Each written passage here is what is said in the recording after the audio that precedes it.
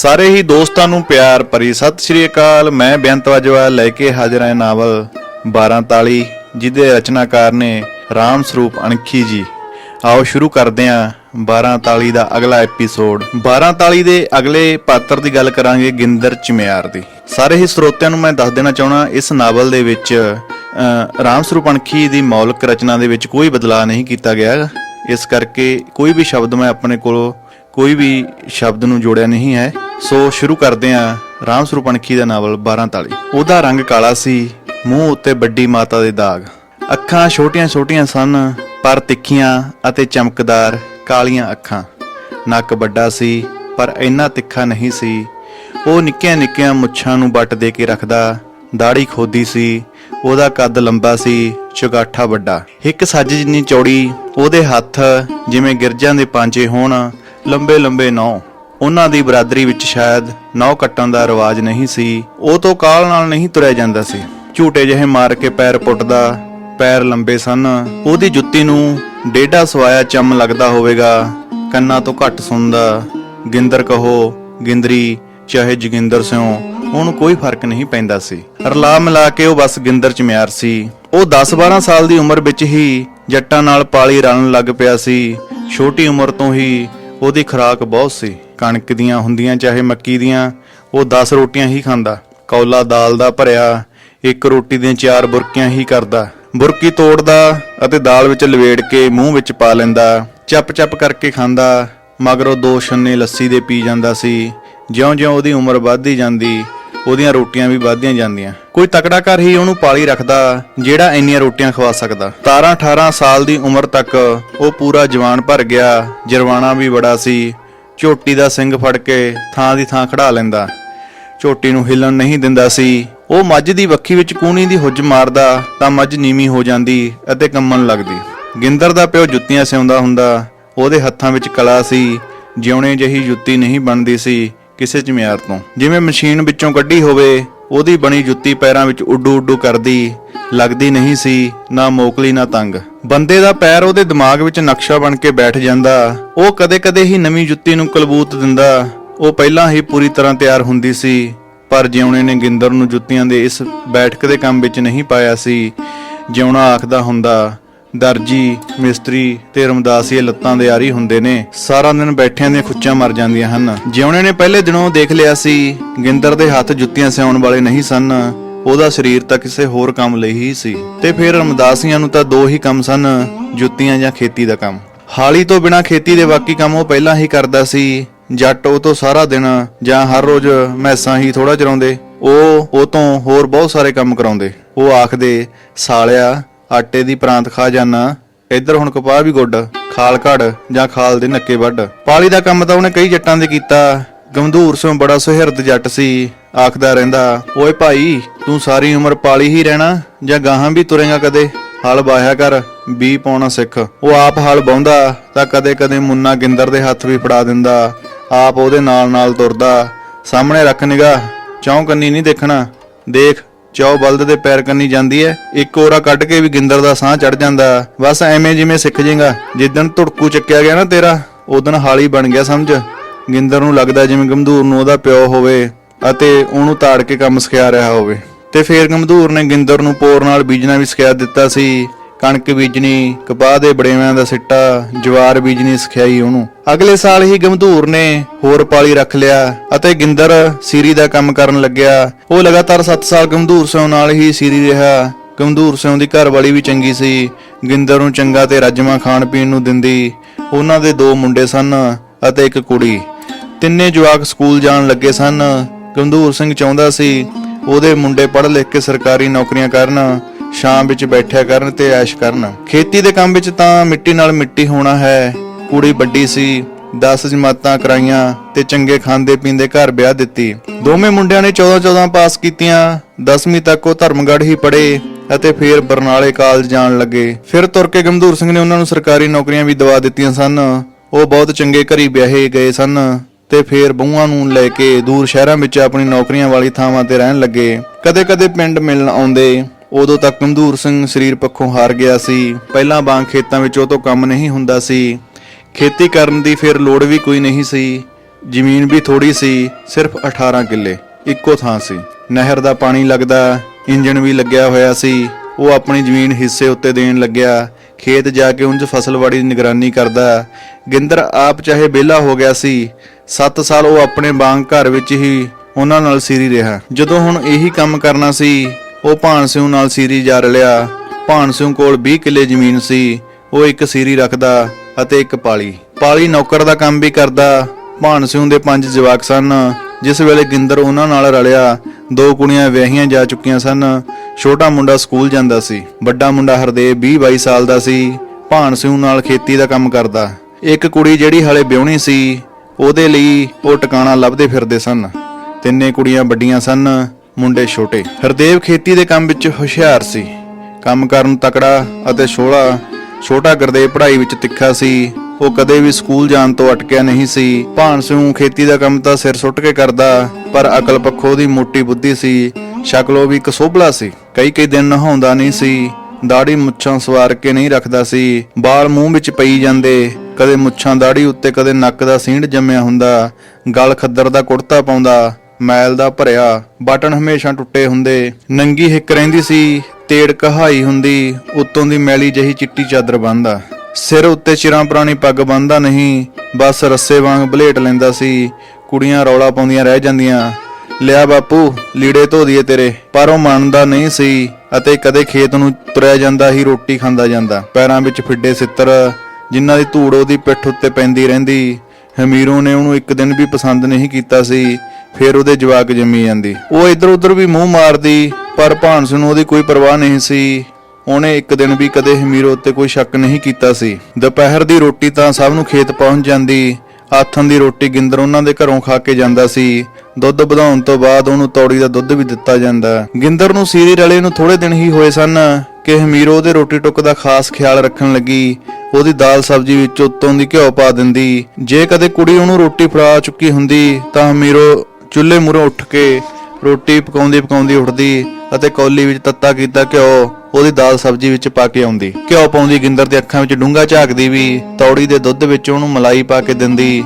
ਇੰਨਾ ਵਧੀਆ ਖਾਣ ਪੀਣ ਦੇਖ ਕੇ ਗਿੰਦਰ ਨੂੰ ਗੰਭੀਰ ਸੌ ਦਾ ਘਰ ਯਾਦ ਆਉਂਦਾ। ਉਸ ਘਰ ਵਿੱਚ ਪਿਆਰ ਤਾਂ ਬਹੁਤ ਸੀ, ਪਰ ਇੰਨੀ ਸੇਵਾ ਨਹੀਂ ਸੀ। ਹਮੀਰੋ ਤਾਂ ਇਉਂ ਖਵਾਉਂਦੀ ਪਿਆਉਂਦੀ ਹੈ ਜਿਵੇਂ ਉਹਨੇ ਕਿਸੇ ਘੋਲ ਖੇਡ ਤੇ ਚੜ੍ਹਨਾ ਹੋਵੇ। ਉਹਨੂੰ ਸਿਰੀ ਰਲੇ ਨੂੰ 4 ਮਹੀਨੇ ਹੀ ਲੰਘੇ ਸਨ। ਇੱਕ ਦਿਨ ਆਥਣ ਵੇਲੇ ਘਰ ਵਿੱਚ ਦੋਵੇਂ ਮੁੰਡੇ ਨਹੀਂ ਸਨ। ਭਾਨ ਸਿੰਘ ਪਹਿਲਾਂ ਹੀ ਰੋਟੀ ਖਾ ਕੇ ਸੱਥ ਵਿੱਚ ਜਾ ਬੈਠਾ ਸੀ। ਉਹਨੂੰ ਪਿੰਡ ਦੀਆਂ ਗੱਲਾਂ ਸੁਣਨ ਦਾ ਚਸਕਾ ਸੀ। ਕੁੜੀ ਮੈਸ ਦੀ ਧਾਰ ਕੱਢਣ ਗਈ ਹੋਈ ਸੀ। ਹਮੀਰੋ ਗਿੰਦਰ ਨੂੰ ਰੋਟੀ ਦੇਣ ਗਈ ਤਾਂ ਉਹਦੇ ਸਾਹਮਣੇ ਹੀ ਬੈਠ ਗਈ। ਕਹਿਣ ਲੱਗੀ, ਇੱਧਰ ਝਾਕ ਵੀ ਗੁੰਗੇ ਜਿਹਾ, ਤੈਨੂੰ ਇੰਨਾ ਘਿਓ ਖਵਾਉਣੀ ਆ, ਤੂੰ ਮੂੰਹੋਂ ਕਿਉਂ ਨਹੀਂ ਬੋਲਦਾ? ਹਮੀਰੋ ਨੇ ਉਹਦੇ ਮੋਢੇ ਨੂੰ ਝੰਜੋੜਿਆ। ਕੀ ਬੋਲਾਂ ਮੈਂ? ਜਿਵੇਂ ਉਹਨੂੰ ਕੋਈ ਪਤਾ ਹੀ ਨਾ ਹੋਵੇ। ਉਂਝ ਮੋਢੇ ਨੂੰ ਹੱਥ ਲੱਗਣ ਕਰਕੇ ਉਹਦੇ ਸਰੀਰ ਵਿੱਚ ਇੱਕ ਤਾਰ ਜਿਹੀ ਫਿਰ ਗਈ ਸੀ। ਆਪੇ ਬੋਲੇਗਾ ਜਿੱਦਣ ਬੱਟ ਕੱਢੇ ਤੇਰੇ। ਉਹ ਘਰ ਦੇ ਬਾਰ ਵੱਲ ਵੀ ਝਾਕੀ ਸੀ। ਉਹ ਕਿਵੇਂ ਚਾਚੀ? ਗਿੰਦਰ ਸ਼ਾਂਤ ਚਿੱਤ ਬੋਲਿਆ। ਚੰਗਾ, ਤੜਕੇ ਮੂੰਹ ਨੇਰੇ ਬਾਹਰਲੇ ਘਰ ਆ ਜੀ। ਇਹ ਤੇਰਾ ਚਾਚਾ ਤਾਂ ਉਸ ਵੇਲੇ ਹੁੰਦਾ ਨਹੀਂ ਉੱਥੇ। ਖੇਤਾਂ ਨੂੰ ਜੰਗਲ ਪਾਣੀ ਉੱਠ ਜਾਂਦਾ। ਫਿਰ ਉਧਰੋਂ ਸਿੱਧਾ ਅੰਦਰਲੇ ਘਰ ਨੂੰ ਆ ਜੀ ਆਉਂਦਾ ਹੋਇਆ। ਤੜਕੇ ਫਿਰ ਡੰਗਰਾਂ ਨੂੰ ਕੱਖ ਕੌਣ ਪਾਉਂਦਾ? ਉਹਨੇ ਪੁੱਛਿਆ। ਤੂੰ ਡੰਗਰਾਂ ਦੇ ਕੱਖਾਂ ਤੋਂ ਟਿੰਡੀਆਂ ਲੈਣੀਆਂ? ਤੂੰ ਆ ਜੀ ਬਸ। ਜੇ ਨਾ ਆਇਆ ਤਾਂ ਕੁੱਟੂ ਤੈਨੂੰ, ਇਹ ਦੇਖ ਲਈ। ਓਏ ਚਾਚੀ, ਹੋਰ ਕੀ ਬਣੇਗੀ ਚਾਚੀ? ਢੇਕਾ ਚਾਚੀ ਦਾ। ਚਾਚੀ ਚੂਚੀ ਕੋਈ ਨਹੀਂ ਤੇਰੀ ਮੈਂ, ਤੈਨੂੰ ਆਪੇ ਪਤਾ ਲੱਗ ਜੂ ਕੀ ਆ ਤੇਰੀ ਮੈਂ। ਚਾਚੀ ਡੰਗਰਾਂ ਨੂੰ ਕੱਖ ਬੇ ਫਿੱਟੇ ਮੂੰਹ ਤੇਰੀ ਅਕਲ ਦੇ। ਕੱਖ ਦਿਨ ਚੜ੍ਹਦੇ ਹਰਦੇਵ ਪਾਉਣ ਜਾਂਦਾ, ਸਿੱਧਰਾ ਨਾ ਹੋਵੇ। ਡੰਗਰਾਂ ਦੇ ਕੱਖਾਂ 'ਚ ਹੀ ਬੜਿਆ ਬੈਠਾ ਰਹਿਣਾ ਹਲੇ ਤਾਈਂ। ਗਿੰਦਰ ਹੱਸਣ ਲੱਗ ਪਿਆ। ਕਹਿੰਦਾ, ਚੰਗਾ ਚਾਚੀ, ਆਉਂਗਾ ਮੈਂ। ਬੇ ਹੱਸ ਨਾ, ਕੋਈ ਆਜੂ। ਹਮੀਰੋ ਕਾਹਲ ਨਾਲ ਚੁੱਲ੍ਹੇ ਵਾਲੇ ਚੌਂਤਰੇ ਉੱਤੇ ਚੜ੍ਹਨ ਲੱਗੀ। ਹਮੀਰੋ ਦੀ ਉਮਰ 44-45 ਸਾਲ ਸੀ, ਪਰ ਉਹ ਐਡੀ ਲੱਗਦੀ ਨਹੀਂ ਸੀ। ਉਹਦਾ ਕੱਦ ਮਧਰਾ ਸੀ, ਸਰੀਰ ਗੁੰਦਮਾ, ਖਿੱਦੋ ਵਾਂਗ ਮੜਿਆ ਹੋਇਆ। ਉਹ ਹੱਡਾਂ ਪੈਰਾਂ ਦੀ ਖੁੱਲੀ ਸੀ, ਸਫਰ ਜੀ। 5 ਜਵਾਕ ਜੰਮ ਕੇ ਵੀ ਉਹਦਾ ਸਰੀਰ ਢਲਿਆ ਨਹੀਂ ਸੀ। ਨੈਣ ਨਕਸ਼ ਤਿੱਖੇ ਸਨ, ਰੰਗ ਗੋਰਾ ਸੀ, ਤਾਂਬੇ ਵਰਗਾ। ਉਹ ਤਾਂ 35-38 ਸਾਲ ਦੀ ਮਸਾਂ ਲੱਗਦੀ। ਉਹ ਜਦੋਂ ਵਿਆਹੀ ਸੀ ਸਾਰੀ ਹੀ 20-22 ਸਾਲ ਦੀ ਸੀ। ਭਾਨ ਸਿੰਘ ਉਹ ਤੋਂ 10-12 ਸਾਲ ਵੱਡਾ ਸੀ। ਹਮੀਰੋ ਟੁੱਟੇ ਹੋਏ ਘਰ ਦੀ ਧੀ ਸੀ। ਭਾਨ ਸਿੰਘ ਇਕੱਲਾ ਮੁੰਡਾ ਅਤੇ 20 ਕਿੱਲੇ ਜ਼ਮੀਨ ਹੋਣ ਕਰਕੇ ਸਾਕ ਹੋ ਗਿਆ ਸੀ। ਨਹੀਂ ਤਾਂ ਕੌਣ ਦਿੰਦਾ ਸੀ ਕੁੜੀ ਉਹਨੂੰ ਰਸ਼ਨ ਨੂੰ। ਗਿੰਦਰ ਜਦੋਂ ਪਹਿਲੇ ਸਾਲ ਉਹਨਾਂ ਨਾਲ ਸੀਰੀ ਰਲਿਆ, ਉਹ 25-26 ਸਾਲ ਦਾ ਸੀ, ਪਰ ਦੇਖਣ ਨੂੰ 32-33 ਸਾਲ ਦਾ ਲੱਗਦਾ ਸੀ। ਦੇਖਣ ਨੂੰ ਉਹ ਬੰਦਾ ਬਿਲਕੁਲ ਨਹੀਂ ਲੱਗਦਾ ਸੀ, ਕੋਈ ਜੰਗਲੀ ਜਾਨਵਰ ਸੀ। ਉਦੋਂ ਤੱਕ ਉਹਦਾ ਵਿਆਹ ਵੀ ਨਹੀਂ ਹੋਇਆ ਸੀ। ਸਿਲਸਿਲਾ ਸ਼ੁਰੂ ਹੋ ਗਿਆ ਤਾਂ ਗਿੰਦਰ ਨਿੱਤ ਮੂੰਹ ਹਨੇਰੇ ਭਾਨ ਸਿੰਘ ਦੇ ਬਾਹਰਲੇ ਘਰ ਆਉਂਦਾ। ਉਦੋਂ ਤੱਕ ਹਮੀਰੋ ਵੀ ਉੱਥੇ ਪਹੁੰਚ ਚੁੱਕੀ ਹੁੰਦੀ। ਹੱਥ ਵਿੱਚ ਪਾਣੀ ਦੀ ਗੜਬੀ ਫੜ ਕੇ ਨਿਆਈਆਂ ਵਿੱਚ ਜੰਗਲ ਪਾਣੀ ਜਾਣ ਦੇ ਬਹਾਨੇ ਮਗਰੋਂ ਉਹੀ ਡੰਗਰਾਂ ਨੂੰ ਕੱਖ ਪਾਉਂਦਾ।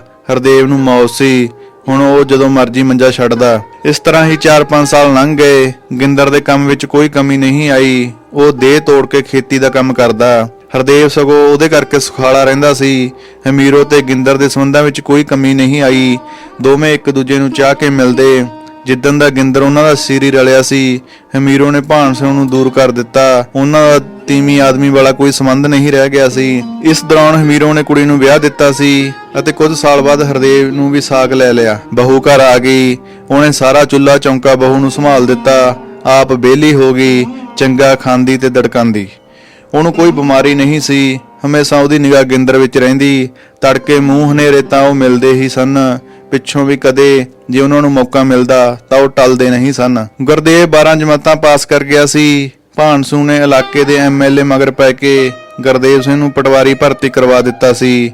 ਖਾਸੇ ਪੈਸੇ ਦਿੱਤੇ ਸਨ, ਜਿਨ੍ਹਾਂ ਵਿੱਚੋਂ ਕੁਝ ਹਿੱਸਾ ਐਮਐਲਏ ਦਾ ਵੀ ਸੀ। ਗਿੰਦਰ ਦੀ ਮਾਂ ਤੇ ਪਿਓ ਬੁਢਾਪੇ ਵੱਲ ਕਦਮ ਪੁੱਟ ਰਹੇ ਸਨ। ਉਹ ਡੂੰਘਾ ਸੋਚਦੇ, ਇਸ ਤੋਂ ਬਾਅਦ ਫੇਰ ਉਹ ਮੁੰਡੇ ਨੂੰ ਕਦੋਂ ਵਿਆਹੁਣਗੇ। ਉਹ ਕਦੋਂ ਦਾ 30 ਨੂੰ ਟੱਪ ਗਿਆ ਹੈ। ਫੇਰ ਤਾਂ ਉਹ ਉਮਰ ਅਵਤਾਰ ਹੋ ਜਾਵੇਗਾ। ਫੇਰ ਤਾਂ ਕਿਸੇ ਚਮਿਆਰ ਨੇ ਉਹਨੂੰ ਕੁੜੀ ਵੀ ਨਹੀਂ ਦੇਣੀ। ਨਾਲੇ ਉਹਨਾਂ ਨੇ ਕਦੋਂ ਨੂੰਹ ਦਾ ਸੁੱਖ ਦੇਖਿਆ। ਗਿੰਦਰ ਦੀ ਮਾਂ ਦੀਆਂ ਅੱਖਾਂ ਦੀ ਨਜ਼ਰ ਬਹੁਤ ਘਟ ਗਈ ਸੀ। ਰੋਟੀਆਂ ਪਕਾਉਂਦੀ, ਹੱਥ ਮਚਾ ਲੈਂਦੀ। ਗਿੰਦਰ ਦੇ ਪਿਓ ਨੂੰ ਵੀ ਹੁਣ ਧਾਗਾ ਨਹੀਂ ਦਿਖਦਾ ਸੀ। ਪਤਲਾ ਹੈ ਕਿ ਮੋਟਾ ਹੈ, ਤੱਕ ਸੁਦੇ ਹੀ ਜੁੱਤੀਆਂ ਸਿਉਈ ਜਾਂਦਾ। ਹੱਥ ਟਿਕਿਆ ਹੋਇਆ ਸੀ, ਨਹੀਂ ਤਾਂ ਨਿਗਾਹ ਬਗੈਰ ਉਹਦਾ ਕੋਈ ਹੱਜ ਨਹੀਂ ਸੀ ਕੰਮ ਕਰਨ ਦਾ। ਪਰ ਉਹ ਕੀ ਕਰਦੇ, ਗਿੰਦਰ ਮੰਨਦਾ ਨਹੀਂ ਸੀ, ਟਾਲਦਾ ਰਹਿੰਦਾ। ਕੋਈ ਬਹਾਨਾ ਘੜਦਾ ਤੇ ਹੱਸਣ ਲੱਗਦਾ। ਆਖਦਾ, ਹਾਲੇ ਵਿਆਹ ਨੂੰ ਕੀ ਐ, ਮੈਂ ਕਿਤੇ ਬੁੜਾ ਤਾਂ ਨਹੀਂ ਹੋ ਗਿਆ। ਉਧਰ ਜਦੋਂ ਨੂੰ ਉਹ ਹਮੀਰੋ ਕੋਲ ਵਿਆਹ ਦੀ ਗੱਲ ਛੇੜਦਾ ਤਾਂ ਉਹ ਕੰਧ ਵਿੱਚ ਟੱਕਰ ਮਾਰਨ ਨੂੰ ਤਿਆਰ ਹੋ ਜਾਂਦੀ। ਆਖਦੀ, ਜਿੱਦਣ ਤੇਰਾ ਵਿਆਹ ਹੋਇਆ ਸੁਣ ਲਿਆ ਨਾ, ਮੈਂ ਖੂਹ 'ਚ ਛਾਲ ਮਾਰ ਦੂੰ, ਨਾਲੇ ਤੇਰਾ ਨਾਂ ਲੈ ਕੇ ਡਿੱਗੂ ਖੂਹ 'ਚ। ਤੂੰ ਕਿਹੜੀਆਂ ਗੱਲਾਂ ਕਰਦਾ ਵੇ, ਜਦੋਂ ਮੈਂ ਹੈਗੀ ਆ, ਜਦੋਂ ਮੈਂ ਮੁੱਕ ਗਈ ਫੇਰ ਕਰਾਉਂਦਾ ਫਿਰੀ। ਉਹ ਧਮਕੀ ਦਿੰਦਾ, ਮੈਂ ਤੁਹਾਡਾ ਸ਼ੀਰ ਛੱਡ ਦਿੰਨਾ। ਕਿਵੇਂ ਛੱਡ ਦੇਂਗਾ ਸ਼ੀਰ, ਮੈਂ ਹਮੀਰੋ ਆ ਹਮੀਰੋ, ਖੂਹ ਫੇਰ ਤਿਆਰ ਹੈ। ਉਹ ਗਿੰਦਰ ਨੂੰ ਪੂਰਾ ਡਰਾ ਕੇ ਰੱਖਦੀ। ਮਾਂ ਪਿਓ ਆਖਰ ਮਾਂ ਪਿਓ ਸਨ। ਉਹ 8 ਦਿਨਾਂ ਵਿੱਚ ਉਹਨਾਂ ਦੇ ਕੰਮ ਉੱਤੇ ਨਾ ਆਇਆ। ਚੁੱਪ ਗੜੁੱਪ ਵਿੱਚ ਹੀ ਵਿਆਹ ਕਰਾ ਲਿਆ। ਜਦੋਂ ਭਾਨ ਸਿੰਘ ਉਹਨਾਂ ਦੇ ਵਿਹੜੇ ਜਾਂਦਾ, ਉਹ ਘਰ ਨਹੀਂ ਹੁੰਦਾ ਸੀ। ਗਿੰਦਰ ਦੇ ਮਾਂ ਪਿਓ ਉਹਦੇ ਪੱਲੇ ਕੱਖ ਨਾ ਪਾਉਂਦੇ। ਹਰਦੇਵ ਵੀ 4 ਦਿਨਾਂ ਪਿੱਛੋਂ 4 ਦਿਨ ਲਗਾਤਾਰ ਉਹਨਾਂ ਦੇ ਘਰ ਆਥਣ ਸਵੇਰ ਜਾਂਦਾ ਸੀ। ਗਿੰਦਰ ਪਹਿਲਾਂ ਹੀ ਇੱਧਰ ਉੱਧਰ ਕਿਧਰੇ ਵਿਹੜੇ ਵਿੱਚ ਹੀ ਕਿਸੇ ਦੇ ਘਰ ਲੁਕ ਜਾਂਦਾ। ਜੱਟਾਂ ਨੂੰ ਗਿੰਦਰ ਡਾਹ ਨਹੀਂ ਦਿੰਦਾ ਸੀ। ਪਿਛਲੇ 4 ਦਿਨਾਂ ਤੋਂ ਹਮੀਰੋ ਨੇ ਰੋਟੀ ਨਹੀਂ ਖਾਧੀ ਸੀ। ਪਾਣੀ ਪੀਂਦੀ ਜਾਂ ਦਿਨ ਵਿੱਚ 2 ਵਾਰੀ ਚਾਹ ਦੀ ਬੁੱਕ ਉਹਦੀ ਨੂੰਹ ਉਹਨੂੰ ਦੇ ਦਿੰਦੀ। ਉਹ ਅੰਦਰਲੀ ਸੁਹਾਤ ਵਿੱਚ ਖਣ ਪੱਟੀ ਲੈ ਕੇ ਪਈ ਹੋਈ ਸੀ, ਜਿਵੇਂ ਉਹਦਾ ਕੋਈ ਖਰਾ ਪਿਆਰਾ ਮਰ ਗਿਆ ਹੋਵੇ। ਭਾਨ ਸਿੰਘ ਉੱਚਾ ਉੱਚਾ ਬੋਲਦਾ ਫਿਰਦਾ ਅਤੇ ਸੱਥ ਵਿੱਚ ਲੋਕਾਂ ਨੂੰ ਸੁਣਾਉਂਦਾ, ਸਾਲੇ ਚਮਿਆਰ ਦੀਆਂ ਦਿਹਾੜੀਆਂ ਕੱਟਾਂਗੇ। ਐਂ ਕਿਵੇਂ ਜਾਣੂਗਾ ਉਹ ਭਾਈ ਭਾਨ ਸਿਆ, ਉਹਦਾ ਵਿਆਹ ਸੀ, ਫੇਰ ਕੀ ਹੋ ਗਿਆ, ਕਿਉਂ ਕੱਟੇਗਾ ਦਿਹਾੜੀਆਂ ਤੂੰ ਉਹਦੀਆਂ, ਜਾਂ ਤਾਂ ਵਿਚਰ ਕੇ ਬੈਠਾ ਹੋਵੇ। ਸੱਥ ਵਿੱਚ ਕੋਈ ਵੱਡਾ ਬੁੜਾ ਬੋਲਦਾ, ਵਿਆਹ ਸੀ ਤਾਂ ਚੱਲ ਠੀਕ ਹੈ ਤਾਇਆ, ਵਿਆਹ ਸੀ, ਪੁੱਛ ਕੇ ਜਾਂਦਾ। ਫਿਰ ਇੱਧਰ ਹਰਦੇਵ ਤੰਗ ਹੋ ਗਿਆ, ਮੈਥੋਂ ਹੁਣ ਹੁੰਦਾ ਨਹੀਂ। ਕੋਈ ਨਹੀਂ, ਹਾਰ ਨਮਾਰ ਕਰ ਲੋ ਭਾਈ, ਬੁੜੇ ਨੇ ਠੰਡਾ ਛਿੜਕਿਆ। 9ਵੇਂ ਦਿਨ ਭਾਨ ਸਿੰਘ ਖਾਸਾ ਮੂੰਹ ਨੇਰੇ ਉਹਨਾਂ ਦੇ ਘਰ ਗਿਆ। ਪਰਾਂ ਕੰਧ ਨਾਲ 2 ਮੰਜੇ ਡਹੇ ਹੋਏ ਸਨ। ਗਿੰਦਰ ਉੱਤੇ ਪਤਲੀ ਚਾਦਰ ਲੈ ਕੇ ਸੁੱਤਾ ਪਿਆ ਹੋਇਆ ਸੀ। ਬਹੂ ਸੱਸ ਨਾਲ ਚੁੱਲ੍ਹੇ ਦਾ ਕੋਈ ਕੰਮਕਾਰ ਕਰਦੀ ਫਿਰਦੀ ਸੀ। ਬਾਰ ਵਾਲੀ ਛੋਟੀ ਬੈਠਕ ਵਿੱਚ ਗਿੰਦਰ ਦਾ ਪਿਓ ਗੱਦੀ ਉੱਤੇ ਬੈਠਾ ਇੱਕ ਅਣਸਿਉਂਤੀ ਜੁੱਤੀ ਨੂੰ ਅੱਖਾਂ ਦੇ ਬਹੁਤ ਨੇੜੇ ਕਰਕੇ ਦੇਖ ਰਿਹਾ ਸੀ। ਭਾਨ ਸਿੰਘ ਜਾਣਸਾਰ ਉੱਚਾ ਉੱਚਾ ਬੋਲਣ ਲੱਗਿਆ। ਗਿੰਦਰ ਦੇ ਪਿਓ ਨੇ ਉਹਨੂੰ ਲੋਹੇ ਦੀ ਕੁਰਸੀ ਤੇ ਬੈਠਣ ਨੂੰ ਕਿਹਾ, ਪਰ ਉਹ ਬੈਠਾ ਨਹੀਂ, ਬੋਲਦਾ ਹੀ ਜਾ ਰਿਹਾ ਸੀ। ਬੈਠਕ ਵਿੱਚ ਰੌਲਾ ਜਿਹਾ ਸੁਣ ਕੇ ਗਿੰਦਰ ਜਾਗ ਪਿਆ ਅਤੇ ਤੇੜ ਨੂੰ ਚਾਦਰਾ ਬੰਨ੍ਹ ਕੇ ਨੰਗੇ ਪਿੰਡੇ ਹੀ ਅੱਖਾਂ ਮਲਦਾ ਬੈਠਕ ਵਿੱਚ ਜਾ ਖੜਾ। ਬਹੁਤ ਅਧੀਨ ਜਿਹਾ ਹੋ ਕੇ ਆਖਣ ਲੱਗਿਆ, ਚਾਚਾ ਮੈਂ ਤਾਂ ਆਪ ਹੀ ਅੱਜ ਆਉਣਾ ਸੀ ਕੰਮ ਤੇ, ਤੂੰ ਕਾਹਨੂੰ ਖੇਚਲ ਕੀਤੀ। ਓਏ ਨਕੰਮਿਆ, ਦੱਸਣਾ ਤਾਂ ਸੀ ਵੀ ਤੇਰਾ ਵਿਆਹ ਗਾ, ਆਉਂਦਾ ਨਹੀਂ ਮੈਂ।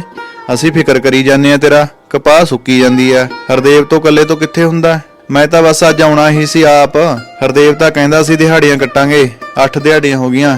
ਮੈਂ ਕਿਹਾ ਉਹ ਜਾਣੇ, ਕੰਮ ਤਾਂ ਬੰਦੇ ਨੂੰ ਪੈ ਹੀ ਜਾਂਦੇ ਨੇ, ਆਪਾਂ ਨੂੰ ਕਿਹੜਾ ਹੁੰਦਾ ਨਹੀਂ ਕੋਈ ਕੰਮ, ਛੱਡ ਦਿਹਾੜੀਆਂ ਨੂੰ। ਭਾਨ ਸਿੰਘ ਉੱਤੋਂ ਦੀ ਲੱਤ ਰੱਖ ਕੇ ਚਲਿਆ ਗਿਆ, ਬੈਠਾ ਨਹੀਂ। ਆ ਜਾ ਬਸ ਚੱਲੀਏ ਖੇਤ ਨੂੰ, ਕਪਾਹ ਨੂੰ ਪਾਣੀ ਲਾਓ ਪਹਿਲਾਂ, ਢੋਲੀ ਲਿਆਂਦੀ ਪਈ ਐ ਕੋਠੇ 'ਚ ਇੰਜਣ ਨੂੰ। ਤਿਆਰ ਹੋ ਕੇ ਗਿੰਦਰ ਭਾਨ ਸਿੰਘ ਦੇ ਅੰਦਰਲੇ ਘਰ ਨੂੰ ਤੁਰ ਪਿਆ। ਹਮੀਰੋ ਬਰਾਂਡੇ ਵਿੱਚ ਚਾਹ ਪੀ ਕੇ ਹਟੀ ਸੀ। ਖਾਲੀ ਬਾਟੀ ਉਹਦੇ ਸਾਹਮਣੇ ਪਈ ਸੀ। ਗਿੰਦਰ ਨੂੰ ਦੇਖਣ ਸਾਰ ਪਹਿਲਾਂ ਤਾਂ ਉਹਦੀਆਂ ਅੱਖਾਂ ਦੇ ਚਿਰਾਗ ਬਲ ਉੱਠੇ, ਫਿਰ ਉਹਨਾਂ ਵਿੱਚ ਲਾਲੀ ਉਤਰਨ ਲੱਗੀ। ਉਹ ਕ੍ਰੋਧਵਾਨ ਹੋ ਚੁੱਕੀ ਸੀ। ਖਾਲੀ ਬਾਟੀ ਚੁੱਕ ਕੇ ਗਿੰਦਰ ਦੇ ਮੱਥੇ ਨਾਲ ਮਾਰੀ, ਉੱਠ ਕੇ ਦਹੱਤੜੀ ਪਿੱਟਣ ਲੱਗੀ।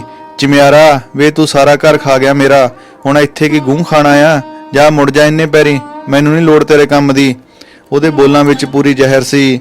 ਗਿੰਦਰ ਵਾਪਸ ਘਰ ਨੂੰ ਮੁੜ ਗਿਆ। ਉਹਦੇ ਪਿਓ ਨੇ ਪੁੱਛਿਆ, ਕਿਉਂ ਓਏ ਐਡੀ ਛੇਤੀ ਮੁੜ ਵੀ ਆਇਆ? ਕੀ ਗੱਲ ਹੋ ਗਈ? ਉਹ ਨਹੀਂ ਕਰਾਉਂਦੇ ਕੰਮ ਮੈਥੋਂ। ਹਮੀਰੋ ਤਾਂ ਚਾਰੇ ਪੈਰ ਚੱਕ ਕੇ ਪੈ ਗਈ। ਹਰਦੇਵ ਕੋਲ ਹੀ ਖੜਾ ਸੀ, ਉਹਨੇ ਕੁਛ ਨਹੀਂ ਆਖਿਆ ਬੁੜੀ ਨੂੰ। ਗਿੰਦਰ ਨੇ ਖਿਜਿਆ ਹੋਇਆ ਕੋਈ ਜਵਾਬ ਦਿੱਤਾ। ਉਦੋਂ ਤਾਂ ਹਰਦੇਵ ਬੋਲਿਆ ਨਾ। ਗਿੰਦਰ ਦੇ ਜਾਣ ਪਿੱਛੋਂ ਮਾਂ ਨੂੰ ਕਹਿਣ ਲੱਗਿਆ, ਇਹ ਕੀ ਕੀਤਾ ਤੂੰ? ਉਹ ਮੋੜਤਾ, ਉਹਦੇ ਕੰਨੀ ਪੈਸੇ ਨੇ ਆਪਣੇ, ਨਵਾਂ ਸੀਰੀ ਹੁਣ ਹੋਰ ਕਿਹੜਾ ਭਾਲਾਂਗੇ ਇਹਨਾਂ ਦਿਨਾਂ 'ਚ। ਹਮੀਰੋ ਬੋਲੀ ਨਹੀਂ, ਬਰਾਂਡੇ ਵਿੱਚ ਮੰਜੇ ਉੱਤੇ ਪੈ ਗਈ, ਅੱਖਾਂ ਉੱਤੇ ਬਾਂਹ ਕਰ ਲਈ। ਹਰਦੇਵ ਨੇ ਦੁਬਾਰਾ ਉਹਨੂੰ ਬੁਲਾਇਆ, ਬੇ ਕਿਵੇਂ ਕਰੀ ਜਾਓ, ਮੈਨੂੰ ਕੀ ਪਤਾ? ਤੈਨੂੰ ਪਤਾ ਤਾਂ ਬੇਬੇ ਕਾਸੇ ਦਾ ਹੈ ਨਹੀਂ, ਐਵੇਂ ਭੱਜ ਕੇ ਪੈ ਗਈ ਤੂੰ ਉਹਨੂੰ। ਜਾ ਫਿਰ ਤੂੰ ਵਗ ਜਾ ਹੁਣ। ਪਹਿਲਾਂ ਪਿਓ ਗਿਆ ਸੀ। ਹਮੀਰੋ ਜਿਵੇਂ ਠੰਡੀ ਸੀਲੀ ਹੋ ਚੁੱਕੀ ਸੀ, ਜਿਵੇਂ ਉਹ ਤੋਂ ਕੋਈ ਘਮਕਲੀ ਹੋ ਗਈ ਹੋਏ। ਜੋਗਿੰਦਰ ਸਿਆਂ, ਹਰਦੇਵ ਨੇ ਹਾਕ ਮਾਰੀ। ਬੈਠਕ ਵਿੱਚ ਪਿਓ ਬੈਠਾ ਸੀ। ਗਿੰਦਰ ਅੰਦਰ ਕਿਧਰੇ ਸੀ। ਕਹਿਣ ਲੱਗਿਆ, ਓਏ ਭਾਈ ਸਾਡੀ ਬੁੜੀ ਤਾਂ ਕਮਲੀ ਐ, ਐਵੇਂ ਬੋਲ ਪਈ। ਸੋ ਸਰੋਤਿਓ, ਇਹ ਸੀ ਰਾਮ ਸਰੂਪ ਅਣਖੀ ਦੇ ਨਾਵਲ 12 ਤਾਲੀ ਦਾ ਅਗਲਾ ਐਪੀਸੋਡ। ਇਹ ਐਪੀਸੋਡ ਤੁਹਾਨੂੰ ਕਿਸ ਤਰ੍ਹਾਂ ਲੱਗਿਆ ਸਾਨੂੰ ਵੀਡੀਓ ਥੱਲੇ ਕਮੈਂਟ ਕਰਕੇ ਜਰੂਰ ਦੱਸਣਾ, ਅਤੇ ਸਾਡੇ ਚੈਨਲ ਨੂੰ ਵੱਧ ਤੋਂ ਵੱਧ ਸਬਸਕ੍ਰਾਈਬ ਕਰੋ ਤੇ ਵੀਡੀਓ ਨੂੰ ਅੱਗੇ ਸ਼ੇਅਰ ਕਰੋ। ਤਦ ਤੱਕ ਲਈ ਪਿਆਰ ਭਰੀ ਸਤਿ ਸ਼੍ਰੀ ਅਕਾਲ।